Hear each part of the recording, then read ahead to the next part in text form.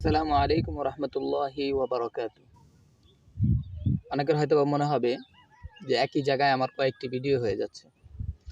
আসলে এটা আমার গ্রামের বাড়ি এবং গ্রামের বাড়ির ঠিক পশ্চিম দিকের একটা জায়গা আছে যেগুলা খুবই খোলামেলা, এবং ঢাকাতে থাকতে থাকতে খোলামেলা স্থানে আসাটাই আমার কাছে একটু ভালো লাগছে।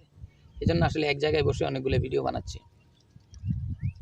ভিডিও ভাইরাল হওয়া বা ভিডিও যদি কখনো ভিডিও থেকে কিছু ইনকাম আসে তাহলে সেটা আমি কি করব? অনেকদিন ধরে চিন্তা করতেছি এই বিষয়টা নিয়ে একটু আলোচনা করব।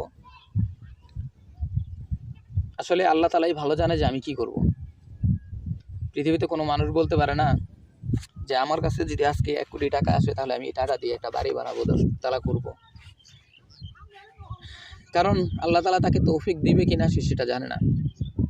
আমি যখন ভিডিও বানাচ্ছি তখন আমি আমারটা বলে দিতে পারি, কিন্তু আল্লাহ তালা যেটা চাবে সেটাই হবে। ইনশাল্লাহ যদি আল্লাহ তালা আমাকে কখনো এর মাধ্যমে কিছু আসে বা ইনকাম হয় বা কোনো কিছু আসে, যাই আসুক আমি যাই উঠাইতে পারবো, আমি জীবনে এটা নিজের কোনো কাজে লাগাবো না।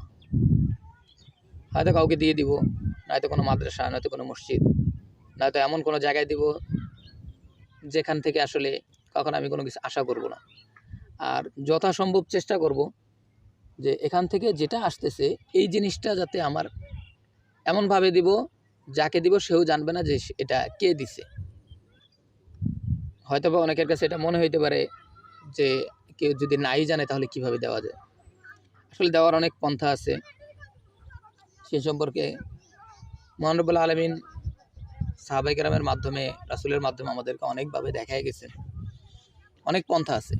যদি এই বিস্তারিত সম্পর্কে আপনারাও জানতে চান, ইনশাআল্লাহ পরবর্তী এক সময় এটা নিয়েও আলোচনা করব। যে আসলে মানুষকে না জানিয়ে, কোনো মাদ্রাসাকে না জানিয়েও দেওয়া যায়, যে আসলে আমি তার কাছে একটা অর্থ পৌঁছে দেওয়া এবং ওইটার খোঁজখবরও নেওয়া যে আসলে আমার অর্থটা সেখানে পৌঁছাইছে কিনা।